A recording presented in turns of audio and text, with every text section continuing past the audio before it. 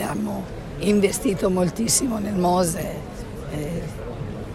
Io penso che bisognerebbe ultimarlo per evitare che succeda il disastro che oggi c'è.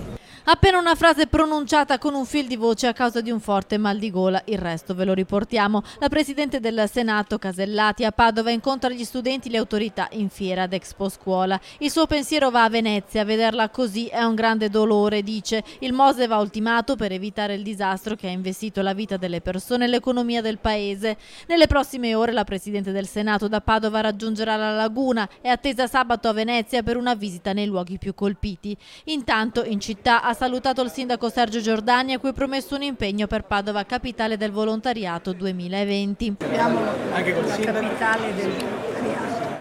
Circondata e blindata dalla scorta e dal suo staff che impediva tutte le domande dei giornalisti, la Presidente Casellati ha commentato brevemente la sua visita all'Hospice Pediatrico di Padova, che è centro regionale di terapia del dolore e cure palliative per i bambini.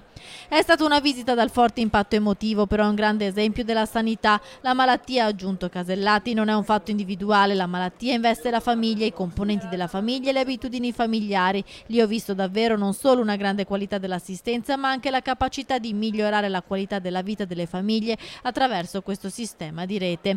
Il personale della struttura ha approfittato per chiedere alla Presidente del Senato più posti letto. Se questo fosse possibile sarebbe molto importante, ha risposto la Presidente Casellati.